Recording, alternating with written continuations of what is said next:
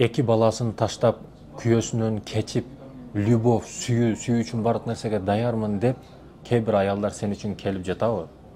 Аларга эч качан ишенбе. Кээ бир эркектер өзүнүн ширин таттуу балдарынан кечип, аялын көчөдө калтырып коюп, үйдөн кууп чыгып, сени алып келип, аял кылып алып атабы? Ал эркекке эч качан ишенбе. Экөө тең ит кылбаган ишти кылды, экөө тең саткын.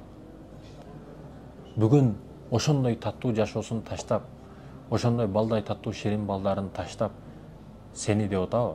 Эртең сен ошондой шартты түзө албай калсаң, ошондой ал күткөн нерсени бере албай калсаң, сенден дагы 100% кетип калат.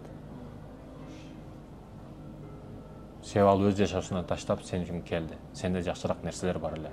Эртең сенден да жакшыраак бирөө чыкса, сен 100% таштап кетет.